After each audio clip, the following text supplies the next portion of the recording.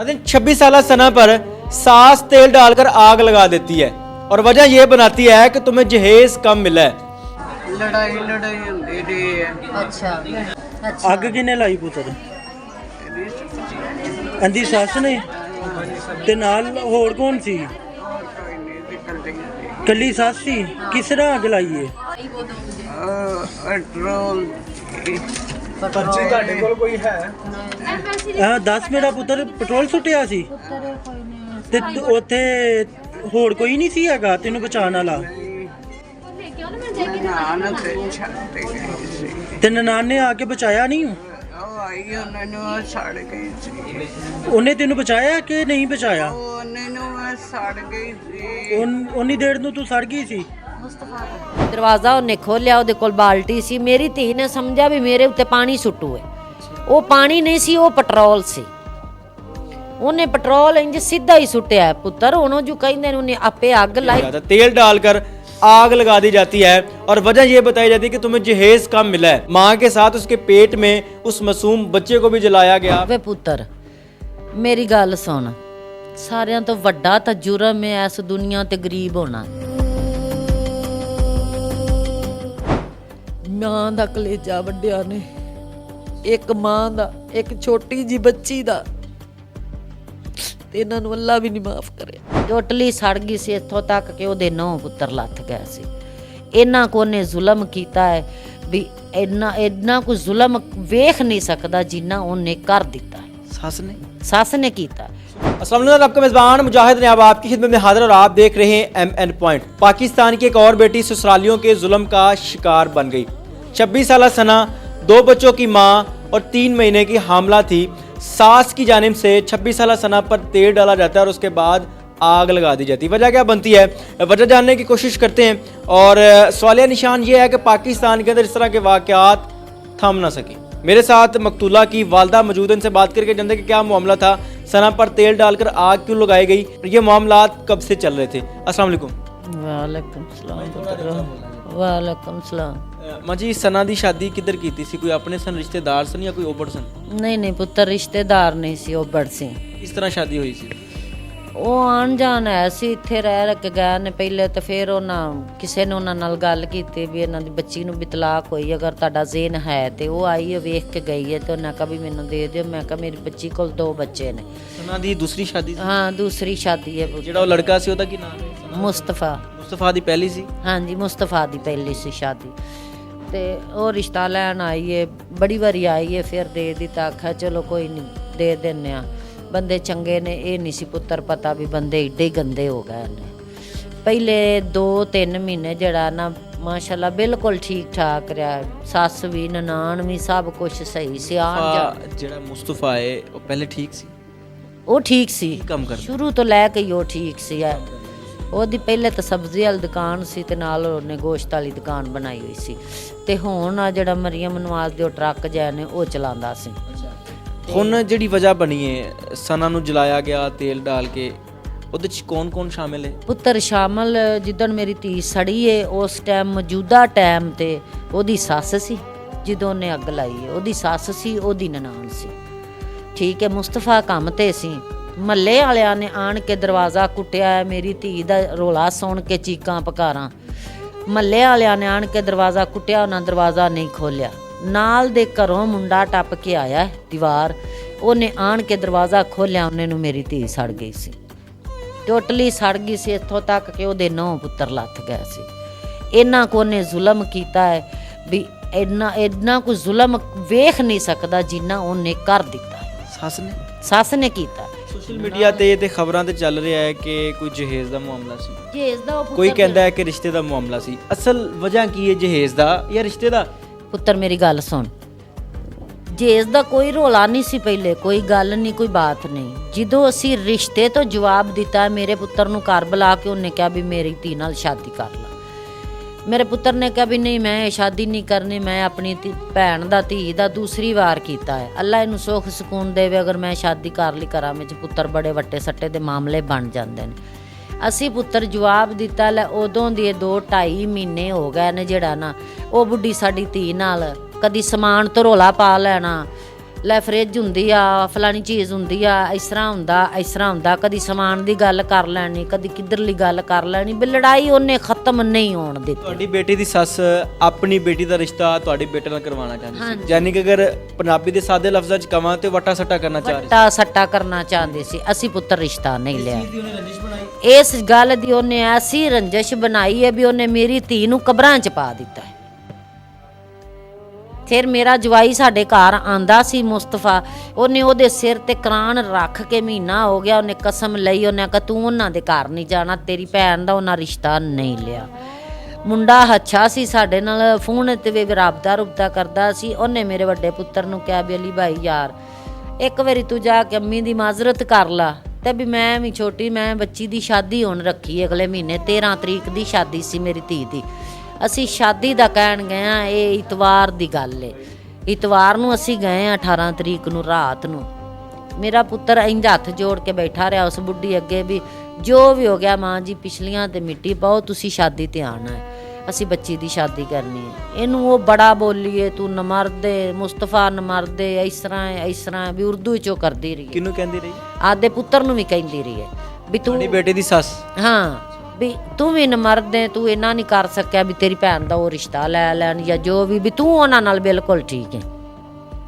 ਮੁਸਤਫਾ ਨੇ ਕੋਈ ਗੱਲ ਨਹੀਂ ਕੀਤੀ, ਉਹਦੀ ਧੀ ਵੀ ਕੋਲ ਬੈਠੀ ਸੀ, ਉਹਨੇ ਵੀ ਕੋਈ ਗੱਲ ਨਹੀਂ ਕੀਤੀ, ਬਸ ਉਹ ਬੋਲਦੀ ਰਹੀ ਸੀ। ਪੁੱਤਰ ਇੱਕ ਹੀ ਚੁੱਪ ਕੀਤੀ ਵੀ ਸਾਡੀ ਇਹ ਧਰਤੀ ਹੈ। ਫਿਰ ਮੈਂ ਉਹਦੀ ਮਿਹਨਤ ਕੀਤੀ ਵੀ ਬਾਜੀ ਮੈਂ ਵੀ ਇੱਕ ਬੇਵਾ ਔਰਤ ਹਾਂ, ਠੀਕ ਹੈ, ਬੱਚੀ ਯਤੀਮ ਹੈ, ਉਹਦੀ ਮੈਂ ਸ਼ਾਦੀ ਰੱਖੀ ਤੇ ਤੁਸੀਂ ਆਣਾ ਹੈ। ਉਹ ਬੁੱਢੀ ਟੱਸ ਤੋਂ ਮਸ ਨਹੀਂ ਹੋਈ। ਰਾਤ 3 ਵਜੇ ਤੱਕ ਉਹਨਾਂ ਦੇ ਘਰ ਲੜਾਈ ਰਹੀ ਹੈ।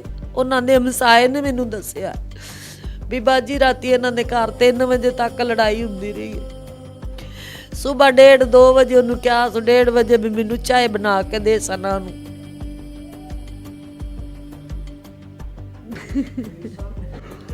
ये वो माँ है जो कि बताते हुए रो रही है। इस घर से सना सुर्ख जोड़े में रुखसत हुई और जब वो बेटी वापस इनको मिली, अस्पताल में थी और वो जिस हालत में थी, यकीन करें कि हम वो तस्वीरें चला नहीं सकते, वो वीडियो चला नहीं सकते।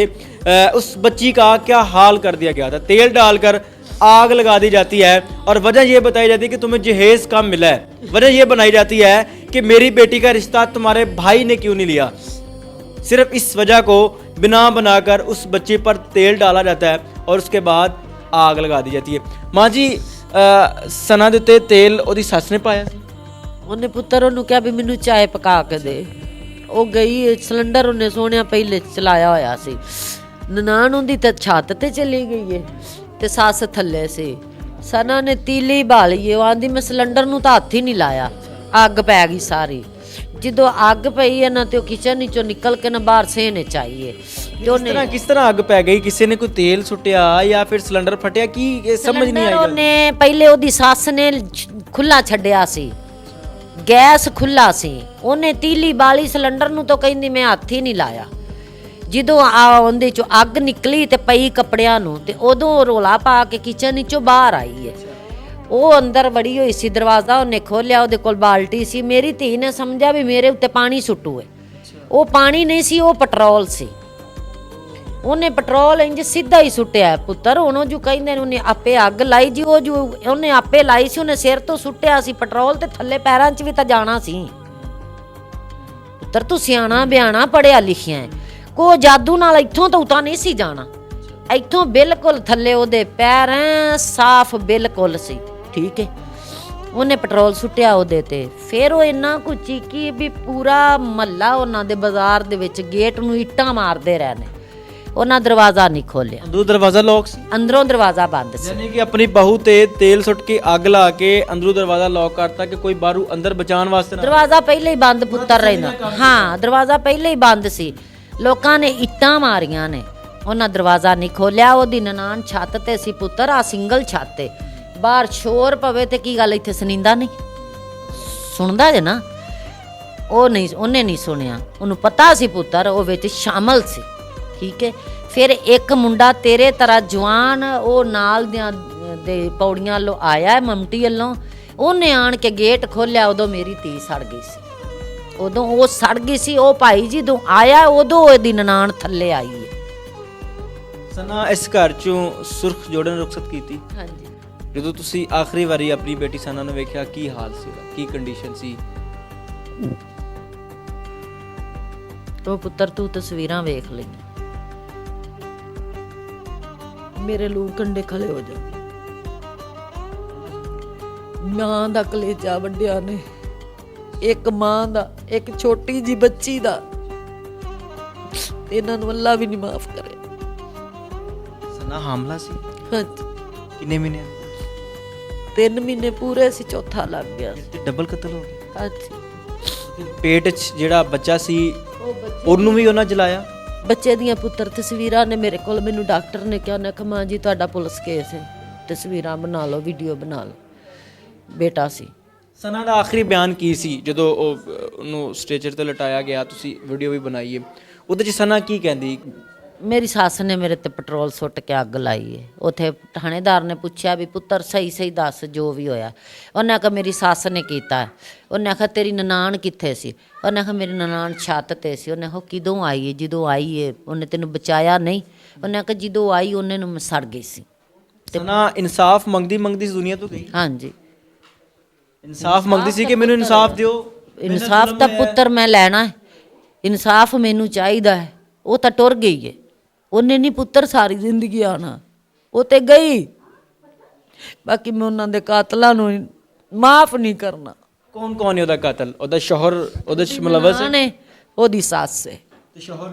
ਨਹੀਂ, ਸ਼ੋਹਰ ਕੰਮ ਤੇ ਸੀ। ਹਾਂ, ਇਹ ਮੈਂ ਕਹਿੰਦੀ ਆ ਵੀ ਜਦੋਂ ਆਇਆ ਸੀ ਮੈਨੂੰ ਉਹ ਫੋਨ ਕਰਦਾ। ਮੈਂ ਇੱਥੋਂ ਕਹਿੰਦੀ ਆ ਉਹ ਵਿੱਚ ਸ਼ਾਮਲ ਹੈ। ਕੀ ਕਹਿਣਾ ਚਾਹੋਗੇ ਉਹਨਾਂ ਲੋਕਾਂ ਨੂੰ ਜਿਹੜੇ ਜਹੇਜ਼ ਦੀ ਖਾਤਰ ਇਸ ਤਰ੍ਹਾਂ ਜ਼ੁਲਮ ਕਰ ਦਿੰਦੇ ਨੇ, ਰਿਸ਼ਤੇ ਨਾ ਹੋਣ ਦੀ ਵਜ੍ਹਾ ਤੋਂ ਇਸ ਤਰ੍ਹਾਂ ਜ਼ੁਲਮ ਕਰ ਦਿੰਦੇ ਨੇ, ਉਹਨਾਂ ਨੂੰ ਕੀ ਕਹੋਗੇ? ਵੇ ਪੁੱਤਰ ਮੇਰੀ ਗੱਲ ਸੁਣ, ਸਾਰਿਆਂ ਤੋਂ ਵੱਡਾ ਤਾਂ ਜੁਰਮ ਹੈ ਇਸ ਦੁਨੀਆ ਤੇ ਗਰੀਬ ਹੋਣਾ। ਨਾ ਕੋਈ ਗਰੀਬ ਹੋਵੇ, ਨਾ ਪੁੱਤਰ ਕਿਸੇ ਦਾ ਕੋਈ ਤਰਲਾ ਕਰੇ, ਤੇ ਨਾ ਧੀਆਂ ਨੂੰ ਕੋ ਥੋੜਾ ਜੇਜ਼ ਦੇਵੇ। ਜੋ ਪੁੱਜਿਆ ਪੁੱਤਰ ਮੈਂ ਦਿੱਤਾ ਹੈ। ਉਹ ਤਾਂ ਬਹਾਨੇ ਬਣਾਉਂਦੀ ਸੀ, ਤਾਨੇ ਮਾਰਦੀ ਸੀ। ਬਹਾਨੇ ਕਦੀ ਸਮਾਨ ਦੀ ਲੜਾਈ ਕਰ ਲੈਣੀ, ਕਦੀ ਕਾਹਦੀ ਕਰ ਲੈਣੀ। ਹੁਣ ਉਹਨੂੰ ਮਸ਼ੀਨ ਕੋ ਨਹੀਂ ਸੀ ਦਿੱਤੀ ਸਿਲਾਈ, ਉਹ ਕੱਪੜੇ ਸਿਲਾਈ ਕਰਦੀ ਸੀ। ਮੈਂ ਕਿਸੇ ਅੱਗੇ ਗੱਲ ਕੀਤੀ, ਤੇਰਾ ਪੁੱਤਰ ਹੈ। ਉਹਨੇ ਕਿਹਾ ਮੈਂ ਜੀ ਪਰੇਸ਼ਾਨ ਨਾ ਹੋਇਆ ਜੀ। ਉਹਨੇ ਮੈਨੂੰ ਮਸ਼ੀਨ ਲਿਆ ਕੇ ਦਿੱਤੀ ਆ, ਮਹੀਨਾ ਹੋਇਆ ਮੈਨੂੰ ਦੇ ਕੇ ਆਈ ਉਹਦੇ ਘਰ ਸਿਲਾਈ ਮਸ਼ੀਨ। ਉਹਨੂੰ ਮੇਰੇ ਕੋਲ ਕੱਪੜੇ ਧੋਣ ਵਾਲੀ ਮਸ਼ੀਨ ਨਹੀਂ, ਅੱਗੇ ਸਾਰਾ ਸਮਾਨ ਪੁੱਤਰ ਦਿੱਤਾ ਸੀ ਜਿੱਧਰ ਪਹਿਲੇ ਵਿਆਹੀ ਸੀ। ਉਹਨਾਂ ਕੰਜਰਾਂ ਨੇ ਅੱਧਾ ਰੱਖ ਲਿਆ ਸਮਾਨ, ਅੱਧਾ ਉਹਨਾਂ ਮੈਨੂੰ ਦਿੱਤਾ। ਕਿੰਨੀ ਦੇਰ ਹੋਈ ਸੀ ਇਹ ਜਿਹੜਾ ਹੁਣ ਤੁਸੀਂ ਨਿਕਾਹ ਕੀਤਾ, ਸ਼ਾਦੀ ਕੀਤੀ, ਇਹਨੂੰ ਕਿੰਨੀ ਦੇਰ ਹੋਈ ਸੀ? 5-6 ਮਹੀਨੇ ਹੋਏ। ਹਾਲੇ ਤਾਂ ਫਿਰ ਨਹੀਂ ਨੋਇਲੀ ਦੁਲਹਨ ਸੀ। ਹਾਂਜੀ, 8ਵੇਂ ਮਹੀਨੇ ਪੁੱਤਰ ਕੀਤਾ ਮੈਂ। ਹਾਲੇ ਸ਼ਾਦੀ ਨੂੰ 6 ਮਹੀਨੇ ਹੀ ਗੁਜ਼ਰੇ ਸਨ ਕਿ ਐਡਾ ਵੱਡਾ ਜ਼ੁਲਮ ਕਰ ਦਿੱਤਾ। ਹਾਂ 6 ਮਹੀਨੇ, ਅਜੇ 6 ਪੂਰੇ ਵੀ ਨਹੀਂ 6 ਹੋਏ। ਤੇ 8ਵੇਂ ਮਹੀਨੇ ਦੀ 12 ਤਰੀਕ ਨੂੰ ਪੁੱਤਰ मैं ਉਹਦਾ ਨਿਕਾਹ ਕੀਤਾ। 26 साल सना पर सास तेल डालकर आग लगा देती है और वजह यह बनाती है कि तुम्हें जहेज कम मिला है। ये सना 2 बच्चों की माँ और अभी हामला भी थी। एक कत्ल नहीं, 2 कत्ल किए गए। और वजह यह भी बताई जा रही है कि वो जो खातून जो कि सना की सास थी, वो ये कहती थी कि अपने भाई के लिए मेरी बेटी का रिश्ता लो। छोटी छोटी चीज़ों को वजह बनाई, वजह बनाने के बाद इतना बड़ा जुल्म किया गया। माँ के साथ उसके पेट में उस मासूम बच्चे को भी जलाया गया, उस माँ पर तेल डाला गया और उसके बाद उसको आग लगा दी। अब यहाँ पर सवालिया निशान ये कि कब तक पाकिस्तान के अंदर इस तरह की बेटियाँ ससुरालियों के जुल्म का शिकार होती रहेंगी? कब तक सना जैसी बेटियाँ इसी तरह मरती रहेंगी, जलती रहेंगी? कभी तशद्दुद का निशाना बन जाएगी और कभी गुर्बत का निशाना बन जाएगी कि ये बच्ची गरीब घर की है, इसको मार दो, इसका कुछ नहीं बनेगा। अपनी कीमती राय का इज़हार ज़रूर कीजिएगा। देखते रहे एम एन पॉइंट। अल्लाह निगहबान।